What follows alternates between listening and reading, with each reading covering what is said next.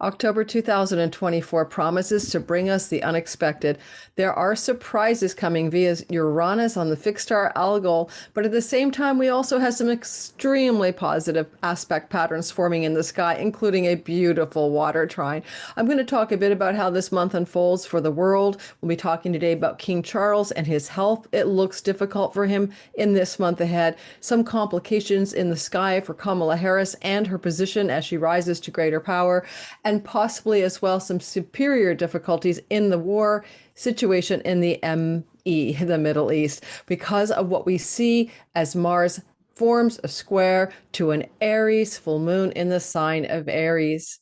And I also want to mention that we have another element playing out this month. And it is important to note because it reminds us of things that have happened in the past, including the event we all remember in 1941 called Pearl Harbor. I have talked about this Pearl Harbor replay in multiple videos, and there's something about October that brings this possibility to light. So let's talk about what the sky means for you and for the world. When you're listening for your sign today, listen for your sun, your moon, and your rising sign.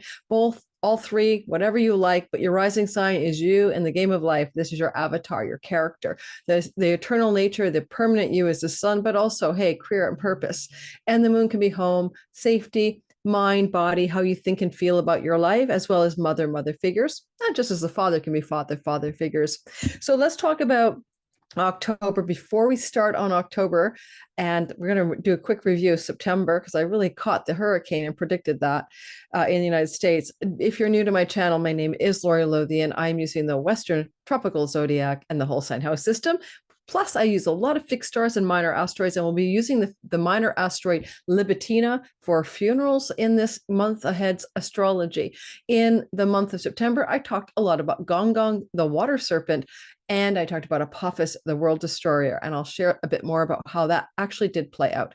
One thing I would say as well, if you're new here and you haven't tried my astrology yet, it's very predictive. It's world events and predictive for you. Hit the like button, subscribe, and don't forget to hit the notification bell and let you know when I drop one of my 30 all signs videos in the month. I mean, I'm really productive. All right, so let's talk about September. I went back and listened to my September video, and I now realize I need an assistant to do this. So I'm going to be getting someone to do this for me. But I wanted to see, well, what did I really hit the nail on the head in? And it was the hurricane that hit the United States. It's now flooding all over the interior.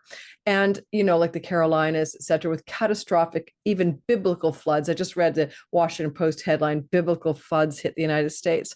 Well, this wasn't at all that surprising because I forecast that to happen last September. And I want to show you exactly why, and maybe why you might fall in love with the minor asteroids, as I have myself fallen madly in love with their devil is in the details, predictive power.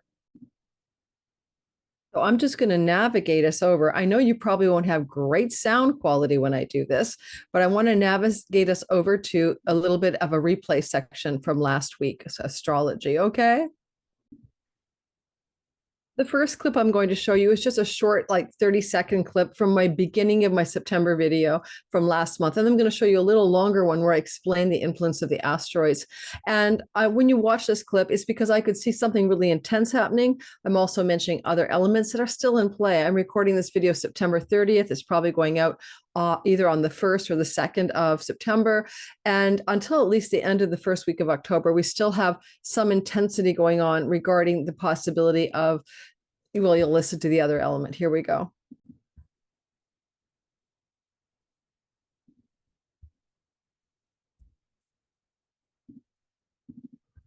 Am I sharing that, baby? Doesn't seem to think it's shit. Hidden enemies connected to territorial. I need a techie here. I'll just let you hear what I said on the first clip and then hear what I said in the second clip, because it's also explaining why this hurricane is occurring for those of you who are astrologically, juiced up by astrology and how it is extraordinarily accurate in prediction. The last week of September involves, because of asteroid Apophis, opposite Gong and Neptune, either a massive water event that's catastrophic, like a hurricane or tsunami or earthquake. And we go earthquake with Uranus, Taurus, Algol anyway, or we go with home soil terrorist event like 9/11. Now, I want to say one thing about that. I'm not trying to scare people. That's not the purpose of astrology at all. However, I do read the sky, and there are elements of the sky and also my own intuition and dreams I've been having that suggest in October of 2024, the United States may have some kind of like a Pearl Harbor type event, like an attack on home soil or some kind of, unexpected terrorist event. Just want to say it's possible. It doesn't mean it's definitely going to happen, but there's some indications. Now back to the water and the flooding. So I was talking about the end of September based on some asteroids in the sky. And this is what I said about the potential for floods. All right, just a short clip, guys. Water events. And on the new moon, Apophis was more directly opposite Neptune. So portending a month of catastrophic difficulties with water, hurricanes, floods, etc. I tracked Apophis to Fukushima, the tsunami in relationship to Gong here, to also big floods in 2007 and tornadoes throughout the United States. So I tracked this asteroid to do with climate catastrophes, to do with water already. I know that to be true. I'll be doing more research into it. So it's when Apophis and Gong are opposite or square each other that we see the problems happening. So in that particular clip that I was just sharing with you, I was seeing that Apophis is moving through the World Destroyer asteroid, who will, by the way, maybe come close to the Earth in 2029, and has mysteriously disappeared from all the astrology software packages after that date, which I find weird. Well, suddenly you can't delineate the asteroid after that date. Anyway, the asteroid Apophis is in Virgo, opposite Saturn and Neptune in Pisces, and the sea serpent for catastrophic destruction is in the sign of water with Saturn and with the sign with Neptune. And so it's an easy delineation with that opposition playing out. And I did research, and I see every time Apophis squares Gong, opposes Gong, we see, or conjuncts Gong, we see massive destructive climate events. End of story. So that's it. That's the review of September. Let's go ahead and talk about October. So I called that one. I got one right. And October is going to be a good start. You're going to like it. You will like it. Not too shabby, right? In our personal lives, we get to sort of smoothly flow into the early part of September, where there's a beautiful water trine forming in the sky for the entire first week of October. I hope I said October, for the very first week of October. So the water trine in the month of October blesses the first week of our experience. We have planets Mars in his detriment in Cancer, Venus in her detriment in Scorpio. Yes, I get the detriment. And Uranus and Neptune in Pisces, but that pattern of a triangle is positive. It brings its own kind of ease, grace, and goodness, especially with the trine to Saturn from Mars. It's a good time in the first week of September to dig in, get stuff done, be diligent, be hardworking and focused. Hard work can pay off in the first week of October. And that's just a vibe, right? And I have my Monday video already out that covers, the beginning of the month, the week, September 30th, all the way through to the end. So go listen to my Monday All Signs video to integrate how this week of the first week of October goes.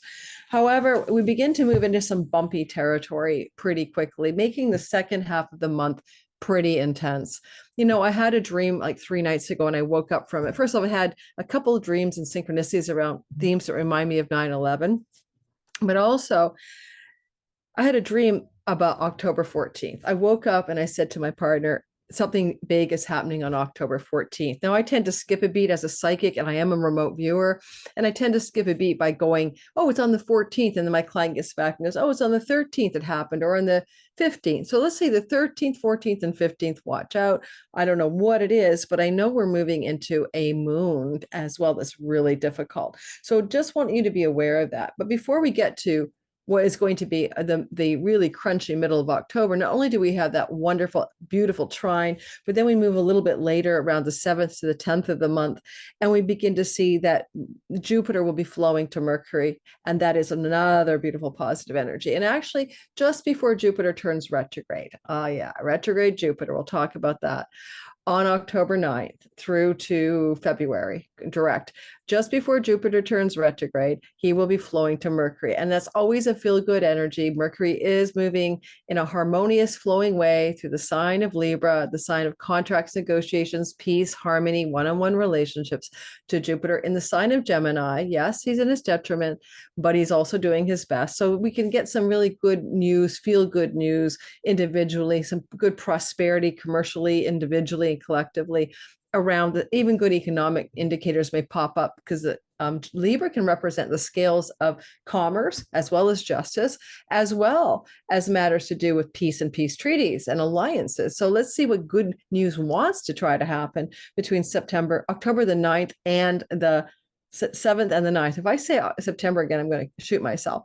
All right. So the other thing I want to mention is the retrograde of Jupiter is going to be stationing pretty darn intensely in the part of the sky in the United States natal sky that represents its house of open enemies, as well as its allies and its alliances. And so there's something about that. It's a little bit daunting because, and I credit Dan Waits of a World Astrology Report for bringing this to my attention. Go check his channel out. It is going to replicate Pearl Harbor. Now, I've seen the Pearl Harbor replication from other factors in several videos I put out over the course of this year, that this could be a year in which we redo Pearl Harbor-like narratives, and it happens to be connected to the eclipse cycle that we're having in Aries and Libra. But now we see we're going to have this energy yet again of a retrograde station of Jupiter as he is conjunct Mars in the United States house, 7th house, is open enemies and also allies. And so there's a retrograde negative part of this that has an association with 1941 December and the Pearl Harbor story. I believe that's pretty darn close. Now, it's also Mercury, Jupiter. I'm going to show you the chart. Let me just show it to you because I have another couple of thoughts that maybe Dan didn't mention. Now, the other thing I want to say is we have Mars traveling into a square to the sun and then eventually coming up against a square to the moon on October 17th in an Aries full moon, where we are having those North Node eclipses and opposite from the sun in Libra, where we have the October 2nd eclipse. Normally, I wouldn't be so intense about it, but we're on the nodal axis. And as this full moon is squaring Mars at the bending of the nodes of fate, we're also seeing Mars traveling with Libitina, the funeral asteroid. There is something about funerals and deaths and unexpected events. And why do I say unexpected events? Because when Donald Trump was almost assassinated, I don't know if I can say these words here, when that event happened on July 15th, that was occurring when the star Algol, for off with their heads, decapitation, difficult things. The malefic demon head star Algol was sitting, which is on Donald Trump's midheaven when he was born. It's on Justin Trudeau's midheaven when he was born, right? It is on Kamala Harris's Jupiter when she was born. Algol, Jupiter, Venus, Jupiter, Kamala, I told you the people. Well, anyway, it's going to be back. It's going to go back into Uranus is retrograding back into Algol. And that's where he sat when we saw already attempt number 1 in a public place on Donald Trump. So we just have to know that this intensity of this star that can only be connected to Uranus once every 84 years is a rare repeat storyline that we must pay attention to. And if you want to go back 84 years from our time frame and deduct it, we're going back into the time around World War II.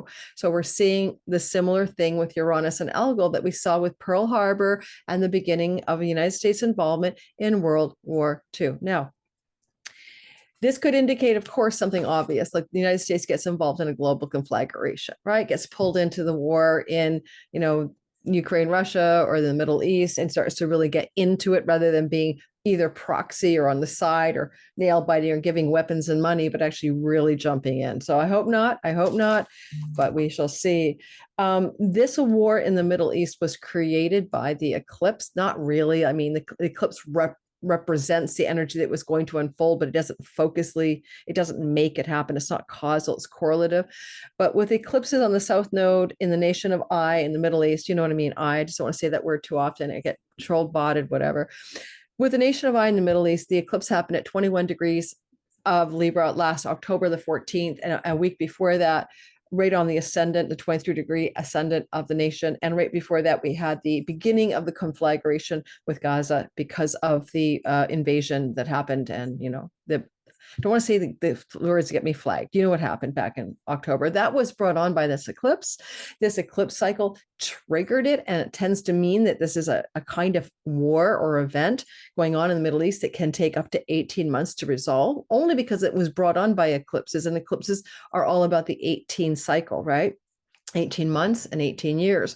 So we go from the beginning of this catastrophe in the Middle East, and we're going to say likely real peace may not form or real solutions may not come until next year, until sometime in the early spring to late spring.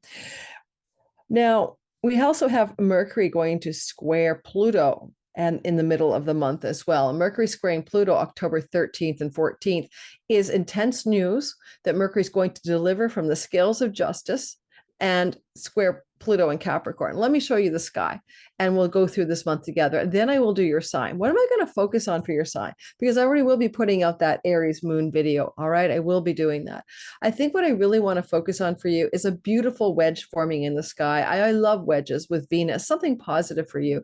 She's going to trine Neptune in a gorgeous way. She's going to be opposite Uranus, which can bring surprise. But because there's also an element of an ongoing trine, creating what looks like a doorstopper or a wedge in the middle of October, for your sign, I'm going to dig into the wedge and make it a little bit more cheerful. I'm also going to give you the overview for your sign, just the tonal quality of a month of September, October, when we end up with all these planets in detriment. How might you feel about that for your sign individually? What advice would I give you? And in the comments, would you mind letting me know what kind of astrology you're looking for? A lot of people come here because I like world astrology, mundane astrology. Some of you might just say, no, I want my sign. But tell me, if you do like the world astrology, what are you getting out of it? Like, why are you listening to this stuff? Because a lot of people say that's why they come here. I don't want to be a doom sayer. I don't want to be I don't want to be the person like the voice of doom. I want to give you context for everything and why I think you might want to pay attention to this. All right. So again, we don't mind this month ahead, but when we get closer to the 13th, 14th, and things get really gritty and more surprises and unexpected developments in an election year are showing up. Let me show you the sky. We'll be getting to the all signs after approximately, hopefully no longer than a 45-minute intro. So if you came into the premiere, you know what you're getting. All right, here we have it. This is the sky. And I put poor King Charles in here already. Maybe I should just jump into King Charles. Let me do some of the big world predictions first. So basically, let's swap it up, right? So you can see King Charles in the middle. So I didn't really even know for sure that he had cancer. I thought his wife did, but now I figured out he does. I was saying, wow, this is a gnarly sky. What's going on with him? And he is in the middle, and the transits are on the outside. And this is the moon, by the way, that's going to be at the time of the 17th, a full moon up here in the sign of Aries. And Kamala Harris, by the way, we'll get to Kamala next. It's a difficult moon for her.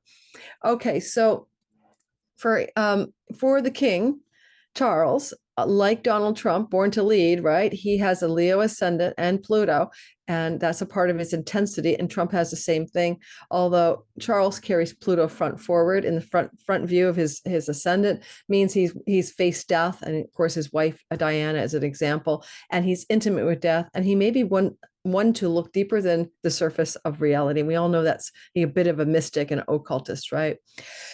So this is him, and of course he's going to inherit kingship because the ruler of the ascendant comes from the house of the family of origin and the legacy, and he will assume leadership through the family of origin. That's his natal chart. What is interesting to me and difficult for him when it comes to health matters is that his sun is at 22 degrees of Scorpio, and 22 degrees of Scorpio is in the crosshairs of Uranus in Algol star land, shocks, losing one's head. When you're the head of state, when you're a king, and the sun represents a part of you that is a leader, we can see that this Algol opposition, which becomes pretty exact on the 14th, when Algol is where Uranus is perfectly sitting, but it can happen anytime in October. There may be a real intensity that he's experiencing around a loss of power in leadership, meaning he just may step down because his health is really challenging him at this time in the middle of October. Now, the moon itself in the sky here is, you'll notice the moon is anyway up here. Hopefully it's quite visible to you. The moon and sun opposition here is creating that beautifully intense war moon, a full moon up in the part where the north node of the sky is. But for King Charles, that's his midheaven, born to serve, being a ruler in a a house of God. It's kind of, church and state kind of were always together until they were separated. And it's going to be a full moon, which means completions and endings, that is activating his midheaven. And with eclipses going through this part of his sky ever since 2023, there has been eclipsing power to eclipse his career or what he's doing. And the actual eclipse on October the 2nd at 10 degrees of Libra over here will be pretty well opposite that midheaven and hitting the IC of his chart within 3 degrees. So that eclipse can be felt a month before, October 2nd. It can be felt all the way up to minimum of 6 months after. And so there's looking like a toppling with Uranus, Algol, Sun, eclipse, a toppling, a full moon for completion, a toppling of his power. And that full moon is coming off the eclipse of April the 8th as well in the sign of Aries, which was a new moon. And if you go back to his history, and haven't done it, and what was happening for him in April, for example, March, April, May, we may see evidence that was about the health challenge in the new moon, a new beginning with announcing a health problem. And then this is a full moon, the fullness or the completion of that narrative. So yeah, it looks like he's not going to be faring so well. And to make it even more intense, we have Mars, who used to be at the perfect bending of the nodes of fate. He's moved on, but we see that Mars here is in a square to the actual lunation. And that is also extremely difficult. And Mars is opposite Pluto. And that makes this a grand cross or a grand square, which is kind of like a crucifixion energy here. So in the house of career, there's a lot of intensity for the King of England. I don't know how else I could interpret it. It's really darn intense. Now, he's also age 75, and that makes his age a 75 is a fourth house age, which is the bottom of the chart, the home, the basement, the midnight hour. It usually brings all kinds of places of self-reflection, introspection, but it's the opposite of being in the high sky and having the career thing. So again, the 75th age is also indicating ruled by Mars. He's ruled by Mars in his fourth house, 75th age. Mars is in a detriment, in a square with Libitina for funerals, in Charles's house of hospitals.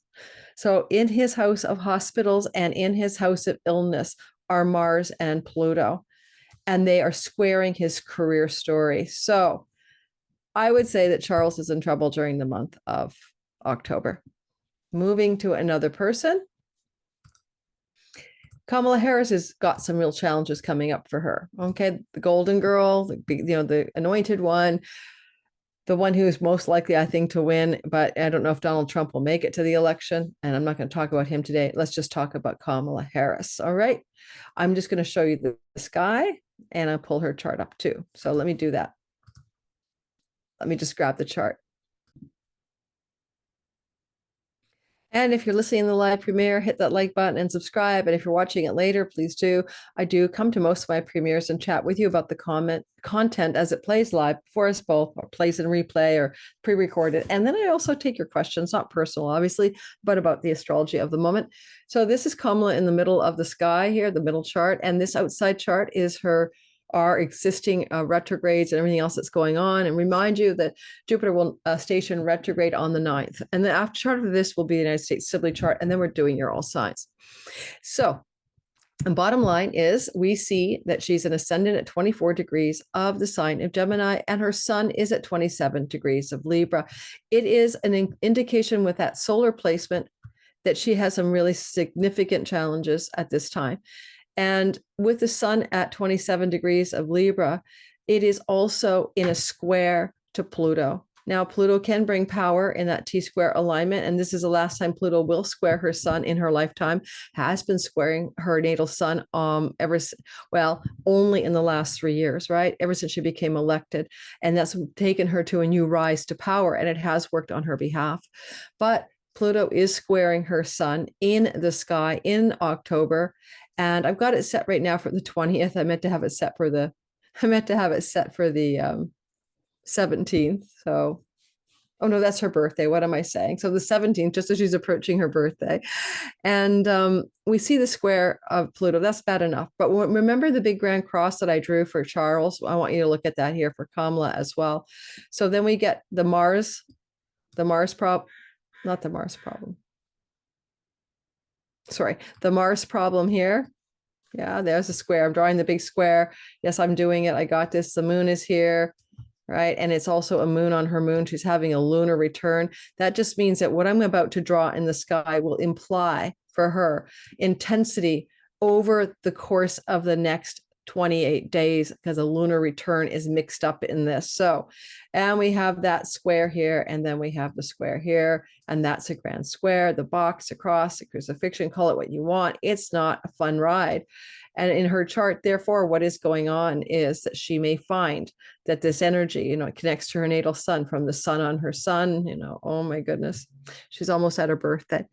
So 3 days after this, October 17th, full moon at 24 degrees of Aries, then she will have a birthday, and that's her solar return chart. So it doesn't really bake in this hot mess, but it is a lunar return energy, and it may bake it in for a little bit, like a 28-day crisis point window. And it looks to me like she's going to be dealing with something to connect to. Okay, possibilities. Mars with Libitina, the funeral guy, squaring her career opposite Pluto in the house of death, squaring something to do with her reputation area, her success in her career, where she's got a chironic wound. And I just don't know what this crisis is going to be. I really can't figure it out yet. Now, Joe's not in good shape. Maybe it's a positive crisis. Maybe she'll be the president. Joe's sun at 27 Scorpio, or I think it's 27, is now getting reactivated by Algol right in the middle of the month on the 14th. And it could be that Joe will exit stage left, and that will leave her to hold the bag and be the one in charge.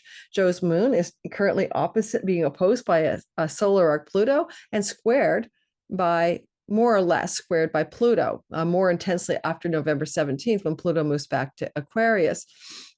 So Joe's under a lot of astrological calamity as well. So something is going to propel a change for Kamala that's going to be very intense. That's the best I can say. But because it's involving the house of death, the 8th house, and Mars, the god of cutting, ending, and severing, on funeral Libitina, and it's squaring Sun, which is father figures, and as well as her career and purpose, it can be goodbye, Joe Biden.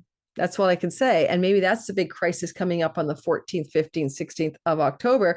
And it doesn't have to involve a kind of repeat of Pearl Harbor, but we shall see what happens. Lastly, I keep saying this in every video, but because Jupiter does not touch Kamala's ascendant, nor does it touch Trump's sun, it's almost like there's no winner right away, that when the election happens, Jupiter's retrograding. He wants to coronate her ascendant. You're the one. Coronate Trump's sun in Gemini. You're the one. Backs off from coronating either of them because he goes retrograde and doesn't come direct until February. What kind of delays is this election going to have? That's my question.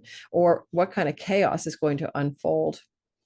Now, lastly, the United States Sibley chart, 45 minutes max in the intro, and it's your turn next, okay, for your sign. And go listen to my all signs videos. I didn't even say that in the beginning. I have an individual all signs video for you that I do, and that's already been released a week ago. So go check the video for your sign. I'll re-announce that before every individual sign.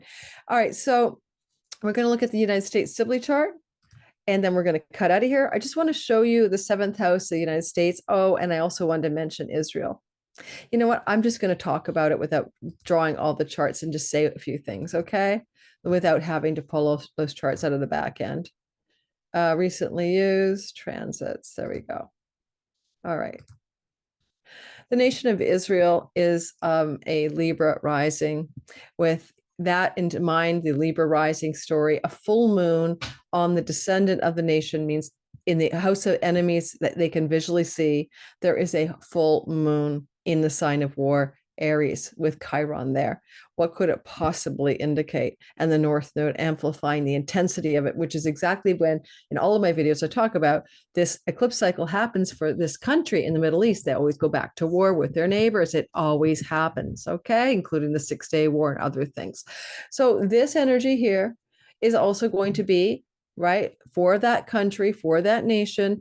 This moon is going to come into a square to Pluto, and we keep seeing that darn cross in the sky, right? So I could pin the chart around. Let's do that. I'll just spin the wheel for the chart. So we get Libra rising. All right, let's get back into the share. And I just decided to stick them in there, make it simple for everybody. And so we can see that we're going to have a full moon over here in the 7th house of open enemies on the descendant of the nation of I, and the sun is on the ascendant of the nation of I. It's going to be squaring Mars with the asteroid of funerals.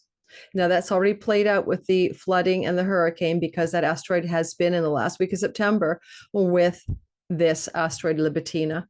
And we also see that because of that, Pluto having been now deposited in the sign of Capricorn, and as of October 11th, moving direct, that is a big deal. And so what could this mean for that country in the Middle East? I think it's going to be difficult. And that full moon may play out over 6 months afterwards, not just like the month of the moon, but certainly in the month after, in the 2 or 3 weeks after, you'll feel it. Pluto is the god of death in the house of land, home, and homeland, as well as the opposing party, the party in leadership. And you can also see that the actual Mars, who is ruthlessly, emotionally unhinged in the sign of I need to protect the homeland, a right to defend, in the sign of Cancer. And we saw what's going on in the neighboring nation that starts with the letter L, and exploding devices on people, injuring innocent bystanders and children. So this continues now onward and onward with the word ASSIN, SAS, a nation. I'm afraid I'm going to get banned here. So, they've been doing a lot of that. They love to do that anyway. And so you get a lot going on. But I would say with this asteroid for funeral, Libitina, and Mars in the top of the sky in this country, it could indicate a decapitation of the leader of the country of some sort, losing his power, losing his seat to power, maybe by foul play or harm coming to that person. And it's certainly going to escalate and not de-escalate this situation in the war in the Middle East. I can't see a de-escalation at all. You can see there's a bit of a separation between America and Pluto. These two are traveling together hand in hand throughout Capricorn through the entire last year of this war. And now the asteroid is separated from Pluto into Aquarius. That's going to be a policy change in the United States administration, most likely in the next few months. Well, certainly as we build up to the election anyway, as then Pluto will come into Aquarius November the 19th and join the American asteroid America. All right. And what else did I want to tell you? I know what I wanted to say. And so Algol is going to kick up a storm here with Uranus in our real-time sky for that decapitation beheading. And it's sitting on the sun of the nation of the country of its I in the Middle East. The sun represents the leader of the country. This is the leader of the country in that nation. 23-degree sun. It's the sun of the nation as well, just the solar identity of a country. And it's got the Algol Uranus conjunction close at hand. So again, what the heck is that calamitous energy that keeps hitting them? What is going to happen in terms of leadership, or just in terms of the country itself? And I don't know if I like Pluto down there in the 4th house in terms of domestic safety. So domestic safety may not be what that country will see in the month of October, in the middle of the month, maybe middle of the month, add 2 or 3 weeks, the opposite of domestic safety for some reason. And Mars is the ruler of the house of open enemies for that country. And Mars is the one doing the deeds of soldiering or cutting or ASS up at the top of the sky. So, or in the open enemies of the nation of, the Middle East nation of the letter I, you guys know who they are, the axis of resistance. So there could be some attempt to take down Netanyahu and take him down physically, right? You got the gist, right? I'm algorithmic careful here. And lastly, let's not do too much more, but I will show you United States chart and then we're done. We're going to dip really quickly, about 5 minutes, maybe 6 minutes, into the chart of the United States, both natal and solar return, as it applies to this very difficult October 14th to 18th window. But then we're moving on to your sign and we're covering that beautiful wedge. Now, I broke this video into 2 parts. I recorded one on the 30th, and this is October the 1st, the day before the eclipse. And I'm doing the second half today of the video. And I've just gotten news that there has been a incursion of missiles, or like a bunch of missiles hitting from Iran to the nation of Ai, and that's an ongoing intensification of the war, broadening it obviously to regional levels, and the United States still thinking of what its response will be. Darn it. So I did talk earlier in this video how we have a kind of combination of events that look like how the United States got pulled into a war with a Pearl Harbor event in 1941, with Jupiter planning to station retrograde October the 9th on the Mars of the United States Sibley chart, and that also correlated with the United States entry into a global war. So we're seeing some repeating patterns here. I'm hoping for a better outcome, and I'll show you why, and then we'll do your sign, and let's get going. Now, there's all kinds of breaking news stories right now that coming out of the, Politico and Axios and stuff, that United States White House, Biden et al., nodded a yes to Israel to go ahead and invade Lebanon, while the other elements of the state of USA, like the intelligence communities, were screaming no. Don't do that. I think that might remind you of something. That might remind you of the lack of WMDs and the whole thing that happened with Bush in the discovery that there was no reason for a real war. And of course, the intelligence community knew there were no weapons of mass destruction, although there was a war launched in Iraq for nefarious reasons to do with oil and power and greed and money. Okay, so every time you see the United States making decisions here in the next few weeks, I guess, that don't make any logical sense, right? Don't seem to have any reason that they would do what they're doing. I will ask you to always look back to history. It is usually quite telling. There's always money involved, and there's always power, and you might want to research the Ben, G-U-R, canal, and see what you find about that. That's just one thing that we can talk about. The power of trade routes and commerce and money and assurances may be behind much of what this USA support is for an untenable situation with regional conflict escalating in a part of the world that could lead to in really difficult things. I mean, as I heard today, Putin, as I said, he will back Lebanon. Okay, so we're coming into some significant problem territory in our sky in October already. Now, moving into the story here.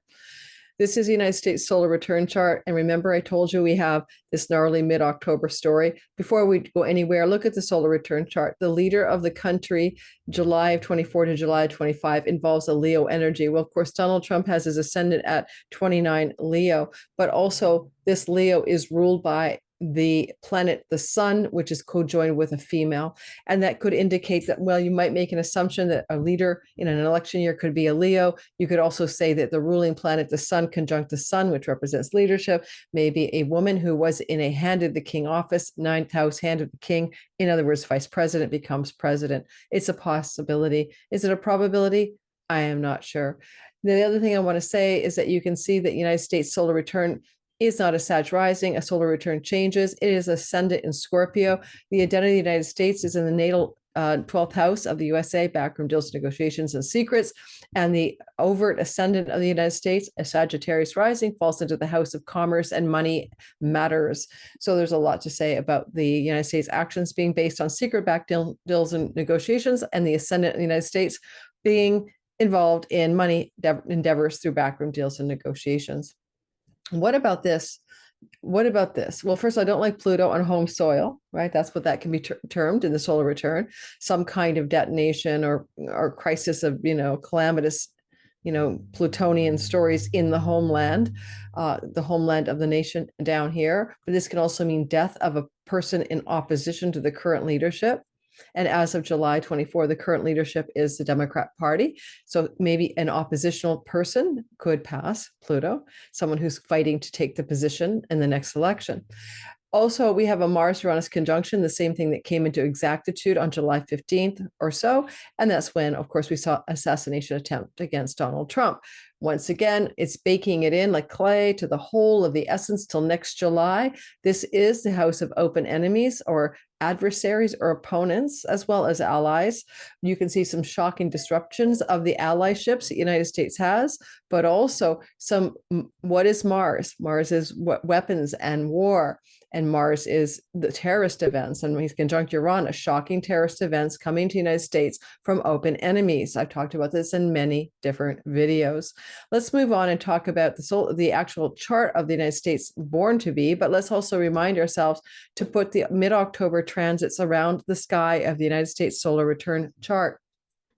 In this sky, you're going to notice that the solar return sky bakes in the IC, or don't forget the IC, just ignore that. Forgot that I'm using a transit chart, all is well, not to pay attention to that.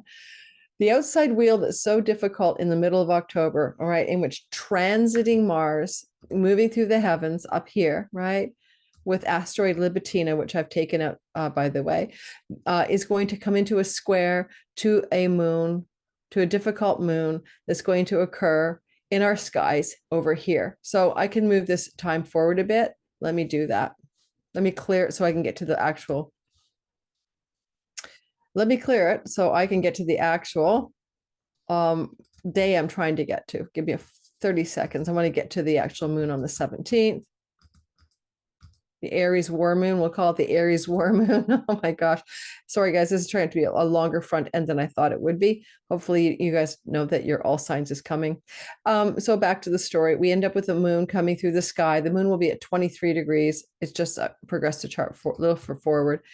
And there's the moon with Chiron, a wound, a war wound, etc. This Mars Chiron, this Chiron North Node story was happening in 1968. MLK assassinated, Robert Kennedy assassinated, all right, and a change of party. The Republicans took over from the Democrats, and all of the stuff I've told you before. We're back in that time. Student protests, the Vietnam War. Now we have the Isreal, and now it's a conflagration. We'll see more protests from young people, I'm sure. And then we also see over here, the sun is opposite with Juno. Juno is the goddess of agreements, alliances, and partnerships and treaties, something you're going to take a vow to agree to, whether it's a marriage vow, a treaty vow. And we're seeing that this sky in the United States chart of its solar return falls into houses 12, the square, and we add Pluto. We make that big grand cross, right, if we want. We get the big grand cross falling in this chart between houses 12 and houses 6, houses 9, and houses 3. Basically, the 6-12 axis is rather malefic and really, really challenging. And it looks like to me there's something going on from the middle of the month based on the solar return that involves this Pluto story most dramatically. Now, when I think about Pluto, I don't think about the most positive things. When Pluto is squaring Mars, Pluto in the solar return trining Mars. Pluto in the sky is squaring the real-time, opposite the real-time Mars. Oh my God, my brain. The ninth house is foreign countries, foreigners, and foreign people and foreign places. And Mars is weapons and actions of destruction or terrorism from foreign people, foreign places, and foreign things, opposite the god of death, Pluto, at the bottom of the sky. And a breaking of alliances, a fracturing of treaties. The United States may lose allies or fracture agreements with its allies, or breaking of secret deals and negotiations that have been ongoing, and a fracture. Those are possible as well. We shall see that the middle of October should be the pretty darn gnarly hot mess that we would imagine it would be. Finally, I mean, just happens to be that Mars is over a female leader energy, right? Female leader energy, but also the ninth house of this solar return is Cancer. And the Cancer house is the house of Israel's leadership, the people in power there. And there may be some breaking or disruption of the way this alliance with the Cancer leader energy of the nation of Israel will be coming to a breaking up. So Netanyahu is a leader, but there's a whole party in power. There's a whole a fundamentally religious Zionist party in power, right? It's a religious story, right? That God told them it's all their land and they got to get it back. And then the Mashiach, the Messiah will come, which is a political king for the Jewish people. So just keep it all in mind. It's a thing, right? Some people have religions that are really, really literal. And what can you do? Now we're going to move on, and I'm going to just quickly show you the USA chart with the same idea. And here we go. That's the United States natal chart in Philadelphia, signing of the declaration chart. It works. It's accurate. I've seen it work. And this is the this is the middle of October sky with the moon. And you'll see again that Mars is here. We do the fun annotation. Mars is here, and the moon is here with Chiron. We're in the house of death, right? And we're pretty close to a sun, which is a leader or solar figure in the United States. And Mars is not in a happy relationship in the house of death. He might, in his fall, meaning the death of a leader through a fall. Mars is traveling with the asteroid Libitina. And I don't mean falling down the stairs. And over here we have the sun, and we get this T-square, and we get Pluto, and we get a grand cross. So holy man, that's going to be a weekly video for the record. One of the most intense weeks we're going to have this year. And I even heard Steve Judge say something along the similar lines. Like he thought the worst was behind us in the calendar year 24 until the middle of October. And I've long thought the same thing. This is like pretty darn intense. So it happens to be occurring in the overlap of the United States chart during its Pluto return, as you can see. And we're going to have a Uranus return. Every time US has a Uranus return, we have a civil war. Uranus gets the United States into wars, right? Because that's the house of US open enemies. We had American Revolution, we had a Civil War, we get wars in the United States, and this is coming up. This is on the way. It's on the menu, the Uranus return of the United States. Now, this grand cross is hitting an economic axis here. The money that the government has or things to do with money. That maybe the markets, the stock markets, the eighth house, maybe things to do with literally the death of a leader in the United States. And also it's hitting the chironic wound in the fifth house. That's the entertainment industry. That's the P. Diddy kind of story. But it's also anything to do with celebrity status and enjoyment of life. And up here, this is the energy of the allies of the United States. So allies of the United States would be 11th house features, right? I know people say it's the 7th. That's really your open enemies. The allies are your benefactors, and they fall into the 11th. There's this contractual ally breakage. I would say from both charts, it looks to me a lot like there's going to be a massive fracture between the United States and an ally, and the end of a longstanding alliance with some nation based on what is going on in the world in the month of October. Now we're going to do your sign. Don't forget to like, subscribe. Don't forget to share. Hit the bell for notifications. I forgot to even mention my 2024 all signs video, 5 all signs videos are ready on pre-sale right now. You want to grab those, check the description box below. Pre-sale price will never be back again. It allows you to get your own sky sign or the all signs bundle. And you can listen for Sun, Moon, and Rising, or friends and family can share this content with you. And I'm pre-selling it to help raise funds for my channel. If you want to help me grow this channel by getting, video editors, I could use more help. People who are like teaming up with me to help my business, I hire those people. I get the equipment I need. I do everything I need with this fundraiser every year. And so I really, really appreciate your support.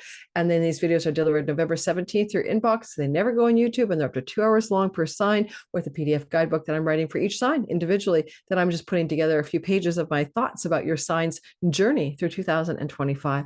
All right, let's go ahead and do individual signs. Thanks for your patience, everyone. All right, so I just got cold. We're going ahead and doing your sign. We're starting with Aries. I'm really going to draw your attention to what draws me to say something for you, actually, but mostly I like the wedge energy with Venus trining Neptune in the middle of the month. And again, she's doing that around the 14th and 15th. Yes, at the very same time, we're building for that very intense sky. So let's go ahead, and don't forget your all signs videos are already out, individual breakdowns of half hour each for your sign, much more depth than this. This is an overview for the next, I'd say 40 minutes at most for each sign. Let's go ahead, bring it into the transit chart, and do Aries first. Yes, we will. That's a Capricorn, so let's get us to Aries. We're going to move ourselves forward into, I say about here, and we're going to go into the energy of Aries by hour. So we're focusing like the middle of October for each sign. And my all sign videos for 2000 and excuse me, my all signs video for the month of October have been released, and they're 30 minutes each. There is a playlist pinned to the top of the comments as well as to the top of my content box if you haven't listened for your sign, and you can listen for sun, moon, and rising. One day I will get Aries to cue to the side of the chart. When you're watching a video and you come in the live premiere, look over here. This is the eastern horizon. The signature is this sign is the sign we're actually on. So you'll be, oh, what side are you guys on? Well, look right here, because I'm going to rotate the dial. We start with Aries for lots of reasons. Okay, Aries, sun, moon, and rising sign. We get going. We're going to say for you, am I actually recording? Yeah. We're going to say for you that you're going to look at first of all, the middle of the month, and lots of tension in the sky with Mars in a square to this moon that will be occurring here on the 17th. There's a lot of sudden shifts regarding your home life, or very intense energy. It may not even be sudden. And it has to do with tension between your career and your home, your significant other, and you, or legal contracts and agreements around home, property, land, and real estate. And is sort of kind of crunchy crucible energy coming through middle of October. And so the energy feels a little bit to me like you might make some major decisions, right? Because we have a full moon in the house of, your attention. Moons are about the home as well. And you might make some major decisions to quit, exit, or cut away from agreements you've made with people you live within the home, or agreements connected to your home, like a rental agreement or a purchase agreement or a sale agreement. You might just break away from that and change your mind, maybe change your mind. And also with the energy of the Venus going into the trine to Neptune, as you can see right here, probably Venus is like, she's in a chunky money house, like mortgages, credit card debts, things to do with finances that are shared with you and your partner. And she has a story she's trying to tell here about, well, I'd like for some dreams to come true in your finances. I'm flowing to that Neptune, some really positive developments regarding your wellness with co-shared resources and belongings of other people. And at the same time, she has a surprise for you. Surprise! And the surprise is she's opposite Uranus in a money house. So some good financial surprises. Normally I just say a surprise, good or bad. But whatever is surprising you in the middle of October about your financial story, it tends to feel a little bit like with the blowy, softening, glowy, visionary, dreams come true Neptune retrograde. So he's less delusional retrograde. He's more informed when he's retrograde. The tide's pulling back. You've already seen this land. You've been confused before. Now you're clearing way. What are you clearing way for? About things to do, in essence, with your home, with your money, with your resources you share with another, with things to do with foreign lands and foreign shores. Some of this can look like opportunities from foreign people, foreign places, and things for some kind of financial gain as well. And ultimately, with that flowing energy to Neptune, there's some sort of actualization of a vision or a goal that you have around your finances that may be able to make into a concrete form. Saturn says, make your dreams real, but it's a house of your spiritual life as well. Anybody who's in Aries looking for like spiritual enlightenment, maybe you're going to have a breakthrough here because of Venus and Mars in moksha houses. And the Uranus is in a money house, right? It is what you own. It's what you possess. It's your resources. It's your values. But it's like, I got a house. I've got a car. I got money. I can put it in the bank. These are resources you need to survive in the second house so that it feeds the first house of your body. And so, especially if you're Aries rising, this is definitely looking like a ka-ching moment. Something good, but dramatic and unexpected may occur in your finances. Do not take it negatively if it goes in a way you don't expect. Venus is in a sign of her detriment. Uranus is on Algol. Yes, it's a well star. It also means off with your heads. It can be very dramatic, but the soft touch of the wedge that forms to Neptune, and it looks like this, means that some kind of breakthrough is happening in the 12th. So breakthrough, break free, move on, into something better. If any of you are working on an addictions recovery, especially, or trying to move away from some kind of habit or pattern, but really substance addiction, especially, this is a breakthrough time for you in the middle of the month of October. And finally, I'm doing a whole video on the moon, so I'm not going to cover it, but you got a full moon during an eclipse cycle without an eclipse. So it's an eclipse that happen in April that's trying to grow you up, change you, evolve you, dramatically shift who you think you are last April. And this full moon is continuing that story forward into completion. And you'll feel this beginning of a change from this full moon in the 6 months that follow. The full moon is on the 17th. You're kind of moving into the harvest or the rewards for this growth that you've imagined or emerged into in your life. And you would definitely, with this energy of a full moon, Aries, okay, Aries in the sign of your fire will heal something. Chiron's been asking you to heal some identity wound of good enough, strong enough, smart enough, lovely enough, beautiful enough, handsome enough, whatever the not enoughs are. And a full light on Chiron in the first house allows you to see your self-worth, self-value, beauty. You're healing something inside of you. And this full moon is bringing that healing into completion. The healing within your own identity began last April in earnest. Finally, or April 24. And finally, one more thing I'd like to mention is with Pluto in your 10th house, and getting ready to sextile Venus, you're off to the races. And sometimes a new financial success and power and strength and dominance in your career and the money you're able to acquire from that. And that's a story that runs through all the way through till November. But you're feeling, as of October 11th, that story is a dream come true. You are making the money you're here to make. You're receiving the financial wellness you're here to have. You're creating alliances and partnerships with people who support you in your career. You're beginning to see that all this transformation in your career is finally paying off. The transformation that Pluto started in 2008. Taurus, sun, moon, and rising sign. Well, it's a middle of the month sky that's got some good and some bad, sweet and sour. First of all, straight off the bat, let's just talk Venus for you because she's the Lord of your sign. And while we don't always like her in opposition to Uranus, especially on Algol, there are some surprises in your one-on-one long-term love relationship coming through this part of the sky in the middle of the month. And this is going to be very active and very intense for you around the 14th and 15th of October, but also because Venus then goes into a wedge to Neptune in the house of dreams and goals and things you wish to have happen in your life. I say some of your dreams come true, some of your wishes are going to be realized, but it's how you have some goals and dreams and wishes around legal contracts, business partnerships, and one-on-one love.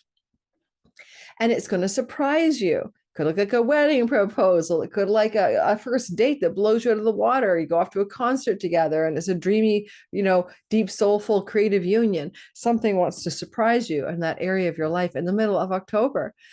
Now, it definitely like you going on a date either online or in the local environment because we have Mars traveling through your third house. So that means that dating environments could be very auspicious for you. We have that sexy trine between Venus and Mars, and that's really going to make dating, like especially starting October 7th, 9th, that's when that trine is really happening, that sexy trine between Mars and Venus. So that's a really good time for dating or traveling with the one you love or having more fun in the local environment with the one you love. But for singletons, it's a good dating window on the 7th to the 10th of the month. Now, the thing that's difficult, of course, is I keep talking about Mars is square this full moon in Aries. And for you, Aries is a very subtle place. I don't know that you're going to feel it so directly. Aries is your 12th house back here. And this is like your addictions, self-undoing, bad habits. This is your dreams at night. This is your Akashic records, your past lives. This is like things you don't see, what you want to do in isolation, home alone, the things you do alone at home. Anyway, you are going to see a full light here, a full moon on the 17th, but you have to remember you had an eclipse in April here. I know of 2 Tauruses who quit alcohol during this last April eclipse cycle onward. And it's like, I'm done. I'm no longer going to do the vape, the weed, the alcohol, whatever the darn thing is. You're healing a chironic wound in a house. It can be about self-undoing. And therefore, this full moon is the completion of that process. Yet, it also activates Mars down here in the 3rd house. And there may be a radical, maybe not even negative change of home if it involves a rental opportunity and a change of a neighborhood, or breaking a rental agreement or contract, or breaking an agreement around a work story, All are possible. Pluto in the ninth house is allowing you to really actualize a deeper wisdom, knowledge, and the meaning of your life. The last test and reward is here as he goes direct on October the 11th. And you're kind of going into a real deep alignment with some purpose energy for who you really are and what you really want. A pilgrimage, a connection to God, petitions to the heavens, power here. Now, I wonder too, Pluto goes direct October 11th through to November the 19th, but he will eventually move into your 10th house. And a lot of you are going to start intensely beautiful and wonderfully new, powerful career directions over the next 2 decades, if you're in a career modality in your life. And father figures in an Indian tradition belong to the ninth house, and Mars is opposing Pluto in the house of father figures. It is possible that you may have the death of a father figure coming through the sky in the middle of October. If there are father figures in your life that you really want to, tie up loose ends and put some, bygones by bygones and stuff, maybe do that, because with a Mars square to a sun solar figure and Mars opposite Pluto, it puts Pluto being in a house of father figures, some of you Taurus is at risk of the loss of an important father or father figure. And that could be a boss who's really old. I mean, for goodness sakes, doesn't have to literally be a father. Just keep that in mind. Someone told me recently about talking about such things as, oh my God, the death of a pet, or oh my God, the death of Donald Trump. And I'm like, astrology covers all areas of life. Life involves death, right? In fact, life is a terminal condition. I'd rather be forewarned than not forewarned at all.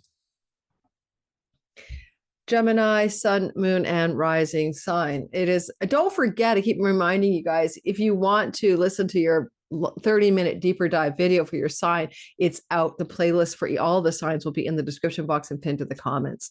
So Gemini, sun, moon, and rising sign. Clearly, you're protected divinely by Jupiter. So everything I say comes underneath Jupiter divine protection. So keep that in mind. He's with you till next June in the sign of Gemini. You're all listening for sun, moon, and rising. I keep saying, I'm tired of telling you what it means, but sun is your career and purpose, moon is your home and body and mind, and sun can be father figures, moon can be mama, right? And then the rising sign is everything about you. Just listen to all three and see which one applies. So you're got to do divine Jupiter protection vibe going. Wonderful. Like who doesn't want that? Who doesn't? But we come into the middle of October into a real crucible, a crunchy time, but also a blessed time for 2 different reasons. First of all, we're going to talk about Venus. I like the happy story first.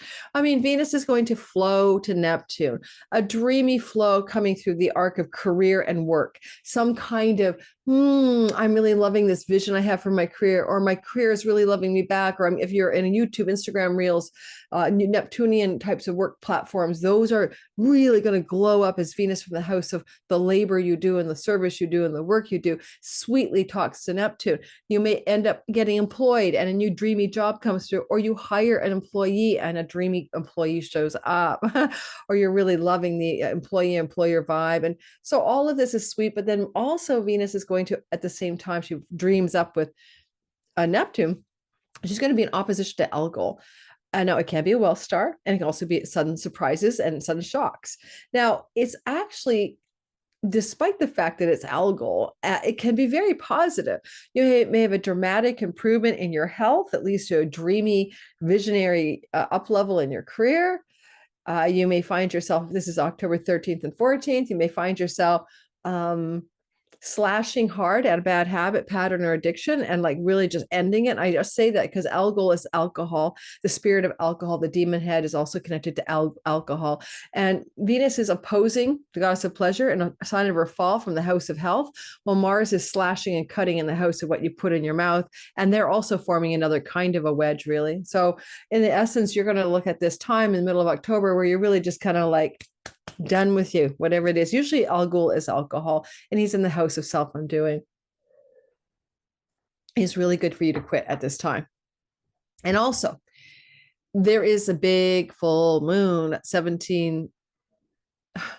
on the 17th of April. The big full moon is happening in Aries, and that's the house of friends and allies and benefactors and your greater career gains and the money you make off the career, completion, harvest, rewards, nothing too shabby there, but also friends, allies, benefactors, and large social groups. However, and it's taking cue from the eclipse that happened in April. It's like part 2 of the April 8th total solar eclipse. You've been wounded around career earnings, gains, friendships, groups of friends. Some wounding has been happening here. And maybe a lack of purpose or meaning, or maybe some friends that you feel have failed you, or you've been wounded by them. You don't fit in, you don't belong. These are ideas. But anyway, Mars is going to be in a square to the full moon from your second house of speech, and also things you ingest. And then Mars is also going to be in a square, of course, to the sun. That's why we have a full moon with Juno, the goddess of partnerships and agreements, contracts and alliances. Now, the 5th house is romantic love stories, but also your children, your entrepreneurial business, and your creative projects. Look like with Pluto up here, there's a major change coming regarding those relationships. And because Mars is also what you cut out of what you eat. And, I mentioned that earlier, there may be a major change of food style coming up for you mid-October. But I have to say, Venus in a romance house in Libra can mean a major change in a long-term existing relationship, or a romantic relationship that's one-on-one and is trying to be committed, right? Juno, to really, really commit to that relationship. And the square could indicate, with Pluto in the 8th house, some surprising, shocking, exciting, dramatic, mid-month energies. And you can even take it a little longer, up to 2 weeks after the full moon. The only thing I want to mention is that money and possessions are the second house, and your 5th house is lottery wins, and the 8th house is chunky money. And Chiron is a wound around your career gains. Ostensibly, you can argue a grand cross is going to put you up against a bit of a wall mid-October through to the end of the month. Add 2 months, 2 weeks for the full moon to fulfill itself. Some of you could win the lottery, but if you do win a lottery, it's destined and karmic, and it's meant to be. Bell curve astrology, guys. Everyone ain't going to win a lottery who's got a Gemini placement. But with Juno here, you're sharing it with another person. You're doing it, and you and your love partner, you and your child, are going to both co-share some kind of jackpot. So it could look a little jackpotty for some of you. If it's going to be a struggle instead of an easy story, and anything is possible, then you're going to make serious, difficult breaks in romantic love or relationship with your children. Some of the conflict may come over financial matters.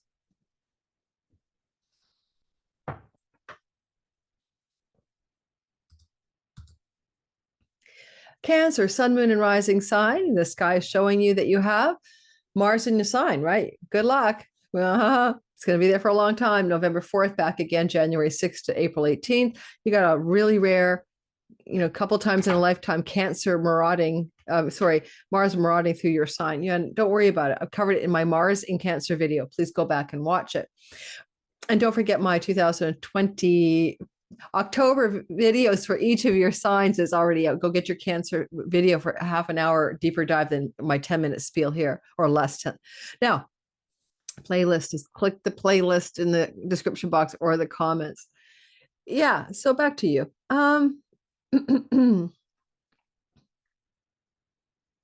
It feels to me like the Venus story will start with a happy one. This is around the 13th, 13th, 14th or so.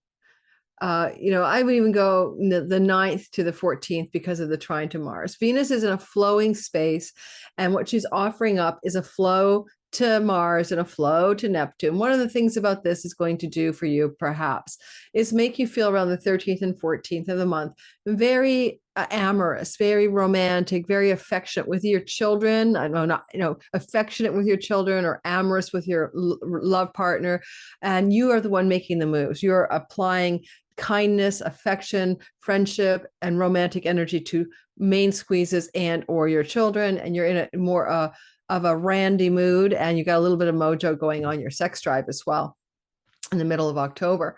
But as the month progresses into like the 13th, 14th, you're all sexy hot, 7 to 9. And then on the 13th and 14th, Venus is opening up that trine to Neptune. What are some dreams and visions and goals you've had regarding visas, passports, book publishing, foreign lands, foreign shores, matters to do with success in third marriages, matters to do with spiritual faith and religious and spiritual pathways, because this is very much Venus in the house of her joy, and fifth house is her joy. Even though she's in detriment, she's still in the house of her joy. You might be finding the joy of God, the joy of book publishing, the joy of international travel opportunity coming through the sky in the middle of the month. Leisure travel to far off foreign shores, opportunities opening. Surprise, gifted to you, brought on by a best friend, an elder sibling, a social group travel opportunities. Surprise, Uranus on Algol, brought onto you by a sudden gain in your career that gives you money to spend. Surprise, some kind of dream come true travel opportunity, surprise. So there's a vibe there. You're going to feel the vibe really activating quite strongly October 14th, 13th, 14th, and 15th.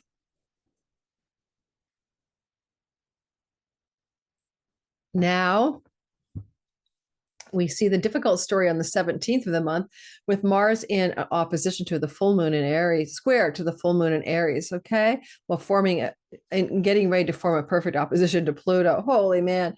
Let's go for Aries. Full moon in Aries means for you, you're going to have a greater completion, escalation of revelations, greater fulfillment, greater harvesting, greater something in your career space.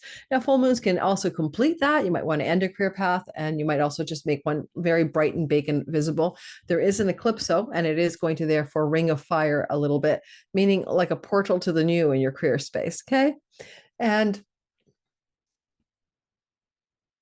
sorry, there was an eclipse here in April, which is a portal. It wasn't ring of fire, a complete portal to a new career path last April 8th. Now the fulfillment of that portal in a just everyday, ordinary full moon. So what are you going to change? Because North Node is having you grow, carbon seal the wounds of your career, and you're pushing forward to do that. And you'll find that with Mars in a square, you're totally okay because you've got the sword, scissors, and you got the weapon of decisions in your hand. You're making very big, bold, and powerful decisions around your career matters around the 17th of the month. We're going to bring that all the way through 14th to the 17th. And at the same time, some of those decisions to do with your reputation may also involve a business partner or a marriage partner. And with Pluto here, and this is being your visible reputation, if you're in a relationship that isn't working for you, you might axe it. You might like chop it down and cut it out and say goodbye. You will make the decisions, your Mars. Over here, up down at the bottom of the sky is Juno, the goddess of commitments and the sign of one in relationship to do with real estate, property, land, and home. Could be a major turning point with you and a long-term partner around selling a home, buying a home, changing your home, moving your home. Absolutely. Or a child getting ready to move out of the house. And there's a lot of intensity around that as Venus in the fifth house of children rules your fourth house of home. And, you know, at the end of the month, got a nice little love up between Pluto and Venus. And then you guys could have you and somebody else, a business partner, love partner, could have some really nice financial luck. I also want to bring your attention to the benefits accrued from an elder sibling, one above you, and surprises that happen in their life that benefit your greater fortunes as well. Okay. Leo, sun, moon, and rising sign. It is a sky that opens up a lot of intensity in the middle of October. So we're going to cover the good and the bad in the middle of the month in this quickie video. Don't forget your long 30-minute video is already out. It's in the playlist pinned to the comments and in the description box for the video. Go get your 30-minute delineation. Now, Leo, sun, moon, rising. Venus is in the fourth house, and she's trying to help you beautify your home, decorate it, put some flowers, put a water fountain in there, you know, put a waterworks in there. She's swimming in Scorpio's waters. She's in her detriment. Maybe your pleasures in the home feel a little bit muted. Maybe there's something you're not able to really rouse to, you know, not as excited, or maybe you're just very private in your home right now about the kinds of things you're doing that you really enjoy. And stealthy pleasures in the home, that kind of thing. No one knows I'm drinking bourbon on the front deck of my house. Ha ha ha. I'm stressed, you know. That was one for my Scorpio. That's one for my Leo sister, Leo sun sister. And she's a teetotaler until she isn't. Anyway, so there's Venus, and she's going through your fourth house, and we're now moving toward October 7th through to about the 15th. You know, first thing she does just flows to Mars and secret bed pleasures, fun bed pleasures, fun, sexy pleasures in the home alone, bed pleasures. You know, home alone bed pleasures are like, right? You're maybe engaging some fun there. You're just having a nice time. This is October 7th to the 10th. Then as we move closer to the 14th, 15th, she begins to allow for a visionary connection to Neptune retrograde. If there has been some foggy confusion or misunderstandings or deceptions or illusions around the money you share with a spouse, the money you have in your savings and 401k and investments, the money you have with credit card companies and debts. If there's any confusion, illusion, or delusion, Venus is helping move things into an ease of flow to really straighten it out a bit in a very positive and dreamy way. And Saturn can make some longer range money dreams real. This has a classic signature of mortgages, refinancing, investing in property as well. Again, opportunities like that may emerge in the middle of October 13th, 14th, 15th. We want to note that, however, we see that the opposition to Algol brings the surprise, a surprise from a father figure that boosts your finances and home matters, a surprising gain or breakthrough in your career, a surprising benefit from somebody in a professional setting that escalates your wealth factor. Those are all very possible. Venus is the ruler of your 10th house. And so she's telling Uranus, bring us a good surprise. Bring in my kingdom of her reputation or his reputation, whatever Leo you are. So kaboom, a nice little surprise. Now, possibly unexpected money from a father figure, and Neptune and Saturn are in the inheritance house. Saturn usually represents elders, grandparents. So maybe some money from a departing grandparent and you thought you weren't even in their mind. And ooh, surprise, you've got some money coming to you maybe. The other thing about this is that you have the tension of Mars in a square to a full moon in Aries, and the Aries full moon is up here. Now, this can be also father figures, but it's also a luck house with Lakshmi, and you had a new beginning here, a big portal of an eclipse April the 8th for a new moon. Now the full moon is completing or allowing for that to go further. Quite possibly you're going to heal a wound around spirituality, faith, higher education. This may open doors to go back to school, to go back to university, to get that book published, and maybe also heal some of the father challenges you've had with a father figure.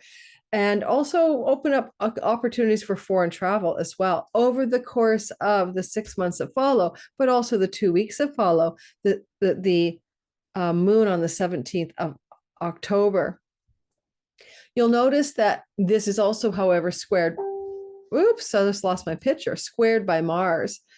Mars squares the full moon. Mars squares the sun, Juno. You may have a big turning point, breaking away from a dating situation, Pluto, from a work situation. Some of you may quit a job. I don't know why I have the midheaven in there. I'll fix that in a minute. Some of you may quit a job. Some of you may quit a career path. Some of you may quit a dating relationship that's sort of on and off because Pluto is going to go direct from retrograde and you're just done and you're ending it. If you have a rental property or you want a rental property, this also brings beautiful opportunities at month's end for a new place to live with the words rental property or to even rent your own home out. But the tension I'm seeing here around the 17th of the month, that goes at least 2 weeks, there's something going on behind the scenes, like something going on outside of your view that you might not see very clearly. Or maybe you are making some negotiations and deals quietly behind the scenes regarding property, land, and real estate, right? Or I don't want to worry you, but real life happens. This square, Mars opposite Pluto square, the Libra space with the South Node, it could be the loss of a pet.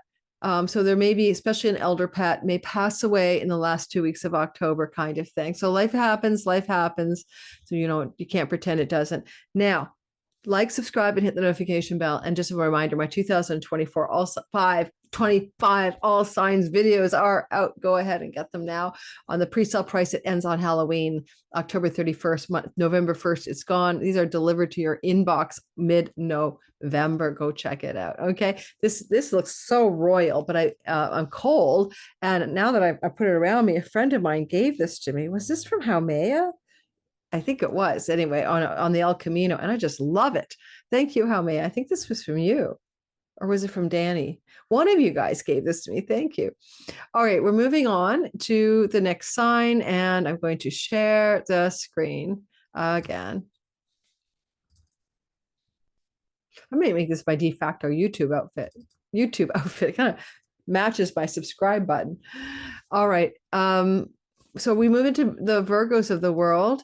I do talk about people for examples. Like I might bring my child up when I'm talking about Virgo or my best friend. And I also talk about myself sometimes, right? But I'm not, someone actually said they don't get enough Aquarius time so on a video. And I went back and looked. And although I did talk about myself for 1 minute, the actual Aquarius video was actually 3 minutes longer than all other videos. So even if you took me talking about myself, that wasn't true.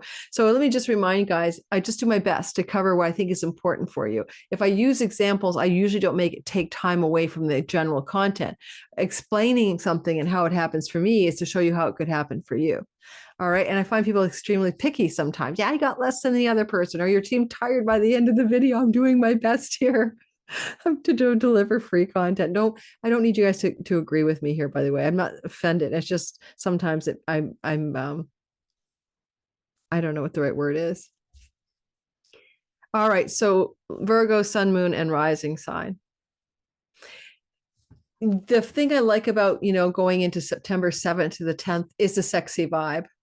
I like it a lot for you because it looks like what Venus is trying to do with Mars, right? In a trine relationship is bring a lot more fun and pleasure to your social life, especially with large groups of friends and having fun with them and doing fun things together and taking action to join clubs and groups of belonging and making decisions which friends you're going to have the most fun with. And so it gives you a nice, sweet touch around social life and friends, especially if it's larger groups and doing fun things and connected to neighbors, neighborhood, and the local environment. It also gives you a glow up with your younger and older sibling, one above and below, if you have them, and a real genuine kind of sweet spot of collaboration. Action meets, unity meets, decisions. It's just a nice feeling. Venus is in that third house of the sibling younger than you, and also the extended family and aunts, uncles, nephews. Are you a Virgo with a career online? This could give you a financial window of success, a little glow up there as well.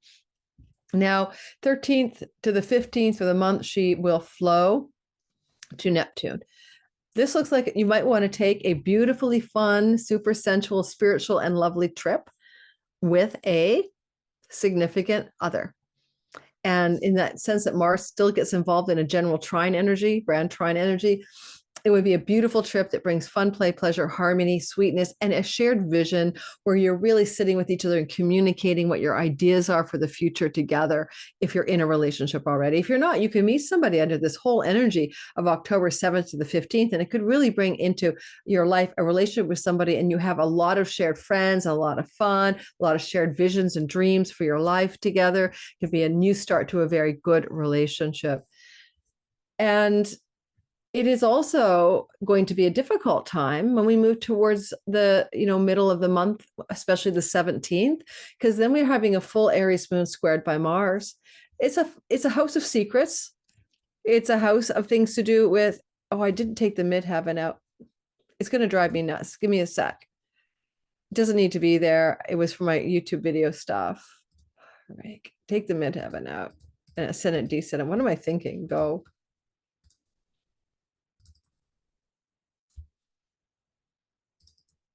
There we go. Okay. So to me, the sky is saying you're going to have or chunky money, right? Inheritance is included. Now, when Venus is doing this trine to Neptune, let me go back. She will also be opposite Algol for riches and wealth and shock and surprise. You may have riches and wealth coming through the sky in a surprising, shocking way, connected to mentors, guides, father figures, educational settings, or book royalties or book publishing. Okay. And some dream come true over here. Now that story's done. We want to talk about the 17th. And I'm like, and leisure trips or foreign travel with a loved one bring great pleasure for you. Yes, the 7th to the 14th of October. But then we're going into the more difficult story of Mars squaring that moon. You have to remember we had a new moon here. There was a solar eclipse total. A portal has opened in the inheritance house. A portal has opened in the house of shared resources with your spouse, spouse-like relationship, a portal of something big new energy in the house of death. It isn't like I'm saying someone's going to die. All right, let's be serious. I'm not predicting that in your life. I'm saying if I see Mars squaring the sun and squaring a full moon in the house of death.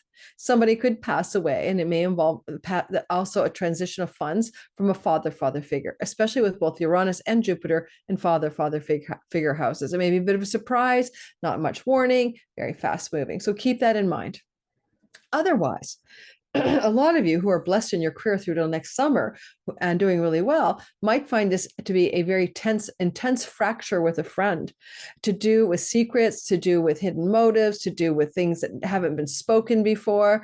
And so there's that too, or some profound breakages here with your groups that you belong to. You're no longer going to be a part of that church or book club or whatever. And there's this crunchy turning point around belonging to, you know.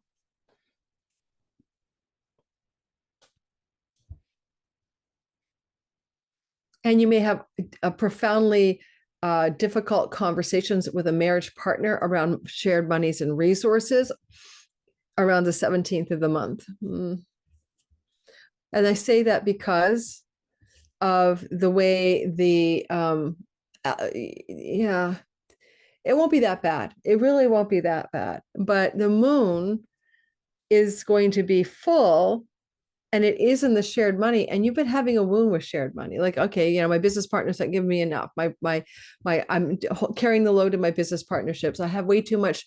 I have wound about inheritance monies lost, spent, or not given to me. I have wounds about things to do with my taxes, my savings, my credit cards, my debts, something like that.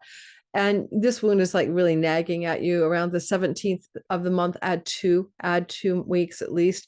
And there's going to be some changes here. And with Pluto in the 5th house, some of this breakthrough could come through money coming out of your, from your children, connected to your children. You may have some financial crisis in your life regarding your children, money coming from, Pluto is in the house of lottery wins, but he's not the guy I look to win the lottery, but he does represent riches, you know? So there could be some unexpected riches coming through your sky. I mean, he is in a trine to Uranus in the house of Lakshmi's house of good fortune. So I can make stories like you're going to win some money and then you're going to fight about it with somebody, right? Not sure what to make of this. All right. Sexual intimacy can be 8th house, and you may have some big transformative breakthroughs through a crisis tension moment in the department of more raw sexual emotional intimacy with a significant other mid-month through to the end of the month. Libra, sun, moon, and rising sun. The sky opens up with a big Venus blessing as she trines Neptune for a little mystical dream time with a goth edge. What are you doing here about the 7th to the 10th when this everything. The 7th to the 10th, she flows to Neptune. To Mars. So 7th to the 10th, Libras are elevating money and career matters. You're moving into a time where you feel good. And 7th to the 10th, about your values, about your earnings, about your worth, about your resources and your possessions vis-a-vis the decisions, actions you're making in your career. And indeed, as you approach the end of the month, some of you may be thinking about either buying a new home or moving into a much more wealthy or expansive or beautiful home. And it can, in your case, therefore be a rental as well. Now, the energy of that sweetness of the sexy sextile trine of Mars and Venus then moves us forward to about the 13th, 14th, when then Venus moves into a luscious conversation with Neptune and making some goals around health, dietary style, work obligations, and employer-employee situations, making some real gains here and getting a clear beat on what you want and what you desire to possess in your career success, but also getting rid of the confusion that Neptune may have been bringing on and allowing you to find some dreams come true in your career and work matters. She will also be opposite Algol at the same time, right? So we can see that 14th, 15th, 16th time frame. She's also going to have a very challenging conversation, but also very potentially financially exciting one, because all Algol can bring wealth, and he's in the chunky money house opposite Venus, the goddess of currency and money and what we have to value in life. I like this if you're at all thinking of, if you have made investments in the markets, in anything. Some of you might have a nice little pop off of this. Don't start investing now. But some of you who have invested in the markets may have an investment pop, like Bitcoin goes wild on you or something else. Mars, though, is going to square this full moon that's happening for you Libras in the marriage house. Therefore, you're really seeing a fulfillment of some dreams or goals you have for that relationship and the ending of a time of feeling wounded in a long-term love story. And if you're wounded because you have no long-term love story, then maybe that's going to change, because Chiron's been wounding you here since 2019. This is not any old everyday moon. This is a full moon coming from the total solar eclipse of April the 8th. So you're trying to literally blast through a detonation of change in the way you approach your business partners, one-on-one relationships and contractual agreements, and how, if you do, approach your clients, audience, and marketplace. Big changes. And with Mars at the top of the sky, some of this change may involve a change of career and quitting your job, or unfortunately, if you're not careful, getting fired. But either which way, it all works out to your benefit. With Pluto-Mars opposition, major changes in home can happen, even to another country, through changes in your career as well, that begin to show up between now and the end of October.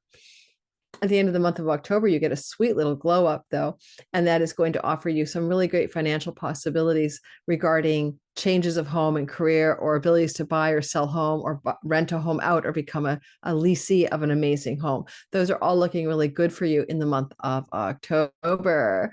Alrighty, and you're lucky up here, the 9th house. So you get great prosperity from foreign places, foreign shores, foreign lands, visas, and passports. I wonder what that could bring you. I should have said that. Yeah, that's good enough. That's good enough. Okay, I've got this weird dinging sound. I don't know if you can hear it, and I have no idea what that could be. If it does it one more time, I'll go back and check my notifications, and I apologize. Scorpio, sun, moon, and rising sign. First of all, you are going to find that this is not a bad month for you because you're Mars ruled, that there's a real sexy vibe in the 7th to the 10th of the month between Mars and Venus, the goddess of pleasure and love. And you're the one seeking the pleasure and looking good and feeling good and strutting your stuff and having a Venusian glow where you're persuasive as all hell. And Mars is flowing to that Venus. And it really is important to know that Mars loves to travel, and he's in the 9th house. So some of you might get on a plane or go for a foreign travel trip, or if you're dealing with matters to do with passports and visas, things suddenly go well and begin to flow about the 7th to the 10th of the month. If you've been feeling challenged there, Venus is going to help sweeten it up for you. And I like this energy if you're somebody in a publications environment, whether you're publishing a podcast, your music online, a book, you publish things into reality through the 9th house of wisdom and knowledge and truth and stuff. And so you may, like the libraries are up there, you may indeed have some success in something you're publishing that's creative in the world, and Mars could have it really take off and get some momentum, for example. But then we also have the energy as time goes on of Venus becoming very flowy here on the 13th, 14th to Neptune, and at the same time opposing Uranus. That's that wedge. Well, in essence, there's some surprises from your significant long-term love partner, or if you're single, a new one comes in from a dating opportunity, and it is a dreamy, romantic, idyllic, almost deeply soulmate with a bit of goth edge new relationship. But if you're already in one, it just brings this into a much more highlight. But the surprise is coming through someone else, your business partner, love partner. Surprise! I'm pregnant. We do see the moon will be hanging out here. And some of you may have the surprise of a pregnancy announcement by your partner, who would, in this case, have to be female. An egg bearer. I hate that. I do it facetiously. I am so not woke enough. Anyway, and then Uranus here, you may have a surprise around a contract or agreement or a legal situation, because Mars is in the house of legal matters, and a breakthrough around legal matters or publications contracts. All right. And this is again around the 13th, 14th. The full moon is in Aries. Aries is your house of work, health, pets, rental situations, and debts. A full moon is going to show you what you need to see, but it's also taking cue from a portal of a detonation full eclipse, April 8th. That was a new moon eclipse. April the 8th, this is the fulfillment of that over the months that follow. But in the 2 weeks that follow, April 17th, full moon, there's some kind of revelatory shift regarding health, work, pets, rentals, and tenancies and debts. And at the same time, it's squared by Mars in the 9th house. And that's a court's house. So again, the judge declares one must pay the debt back, or the 9th house, one decides that you're quitting your job after all, because job is the 6th house, because it's not on purpose for you. Pluto opposite Mars, right? Big changes in 9th house, 3rd house matters. You might want to make a change of neighborhood dramatically, like forget about like just down the street, like a whole other part of your country. So major dramatic changes of neighborhood or other countries may emerge as something coming through the sky. It may be connected to work, but that's going to be something visible for you. I'd say it's the 17th to the end of the month, knowing a little bit more about what this could possibly mean. You may have a fracture, a break, or a disagreement with a father figure, Mars in the 9th house, opposite Pluto, and a full moon in the house of debts. A really far stretch, Jupiter is bringing you inheritance monies if you're entitled between now and next year. A father figure bequeaths you money. A father figure gives you money. A father figure passes and you get money. All very possible in some ways. Venus is glowy flowy to the house of lottery wins. Neither Neptune nor Saturn are lottery winners, just so you know. But Venus exalts your 5th house, and she does flow to a moon there in the middle of October. And it's possible that the energy of this could bring you a way to pay off debt through winning money, or money coming from also a lunar figure, which is mother figures as well, by the end of October. Lunar figures don't look like they're passing away, just FYI, in this narrative at all. So take a deep breath on that. But, you know, who knows? Anything's possible. Okay, moving on. Because this is a house of a father. That's why I'm poking father figures where Mars is sitting. But it's also a wealth house. So we'll see how it goes. I wish I had chocolate in the house. I'm on the AIP protocol diet. I'm not eating chocolate, but it's amazing. All of my arthritis is gone. Don't forget Sagittarius, Sun, Moon, and Rising, that you get to get your 2024 October video out, 30 minutes just for your sign. Check my playlist in the description box below. And you don't have to spend as much time. Like, this is a quickie and I'm covering it in a different spin, but go watch the 30-minute video for your sign for the month of October. Whew. So Sagittarius, reminding you that Jupiter is the Lord of your sign in your 7th house until next June. And that's important for you because that's putting your Lord in a house of other people. Well, he can bring you great developments with clients, audience, marketplace, and maybe marriage partners, right? He's actually opposed to you. And that's not always the easiest place. You know, all your luck is coming through other people, basically. And there's a digging sound that only the Lord knows what that is. And I would tell you that keeping that in mind, that's a backdrop story, right? Venus, the goddess of good things and pleasure, will be in a flow to Mars in the 8th house, and secret love affairs for some of you, or secret infatuations, may be emerging to help you get some mojo juice going on. But you had a chironic sex wound, love wound, romance wound, or wound with your children ongoing in and out since 2019. If you ever wanted to get involved in a really low-key hidden love story, well, this is your time. And so hidden love stories emerge, or sexual secrets emerge into the light in a positive way in your life on the 7th to the 10th of the month. Now, as she moves forward and we get closer to the 14th, 13th, 14th, 15th, she begins to flow in a beautiful energy to Neptune. And Neptune is retrograde, so he's clear-eyed. And it's and they're moving toward each other. What is this going to bring? Some kind of profound clearing around childhood trauma or hardship, some kind of profound shift with regards to words home and dream home, likely near water. You've got hardship and heaviness here, and melancholy and loneliness, but you also have a flow that comes through the sky that lights it up 13th and 14th. And from things you're doing home alone in isolation and with great pleasure, you begin to have a feeling of some divine harmony emerging with regards to where you live and your childhood matters that you may have yet to have resolved, especially regarding your mother and mother stories. Now, We also note that Venus is opposite Uranus for the surprise. The surprise is like, where is this? Is it? I think it's a new pet for some of you. Some of you might get a new pet. Some of you might get Uranus, a surprise work opportunity close to home, a surprise regarding an ability to pay down or pay off a debt, a surprise going on here regarding money that you share with another person, and some positive developments around financial increase, some surprises around your home and money. You just found out your house is appraised at a higher price than you thought. You just got to, this is good for people selling a home. Mars is in the house of mortgages. So buying and selling real estate brings positive surprises regarding your ability to eliminate debt or acquire a debt, which is a mortgage, right? And be getting a great term or getting a great deal or even a great price on a purchase or sale of a home. This is an interesting time frame here, or a sudden opportunity to rent a house out or to lease a house as a tenant. That's exciting and pleasurable, and secret deals and negotiations brought it to you. It didn't even go on the market. You just found it. Those kinds of stories. Pluto here, though, that's a story, right? Mars opposite Pluto, pending as the month ends. Some major intensity, maybe an eruption of some sort around money matters that you share with a partner, business or love, and some really intense, difficult and divisive moments coming for you around shared monies with some significant other. Jupiter can just as much end your relationship, and he's stationing retrograde October 9th.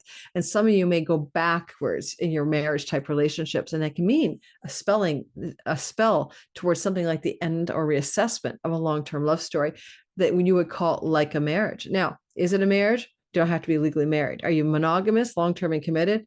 That's like a marriage. All right.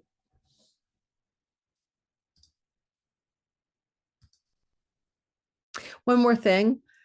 If you are looking for a new home and you find that you just haven't found the right place yet, or you've been wondering how come you can't find the right place, and you just haven't hit a sweet spot, I'm not sure this is the best guy to get a new home if you're going to buy, because Mars is in detriment or is fall in the sign of loans and mortgages. But when Jupiter enters into this house next year, which is next June for 1 month, 12 months, then that is when Jupiter advises Saturn and begins to tell you how to find a better price or dream home or dream move. So I would wait if you don't have to buy or sell a home, but if you do, I'm not your financial advisor, right? But I'm just saying, I don't know what this is about. Could even be a legacy wealth or inheritance money showing up for you through your spouse's parentage or assets or their family of origin as well.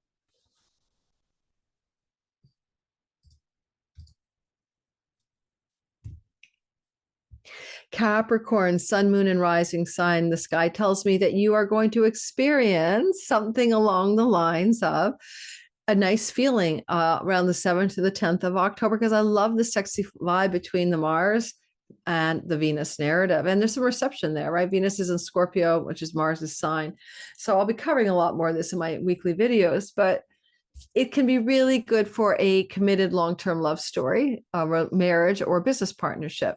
If it's a business partnership, it'll bring you greater career gains. It may emerge around the 7th to the 10th. And you may even, find that it could bring a lot more passion into your long-term committed love and a lot more social activity.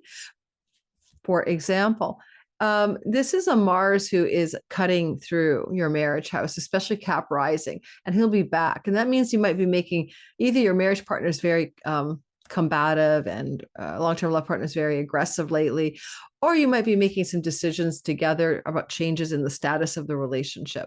Because eventually, well, I'm going to go there now, Mars will come into a square with Juno in one-on-one relationships at the top of the sky with the south node of letting go.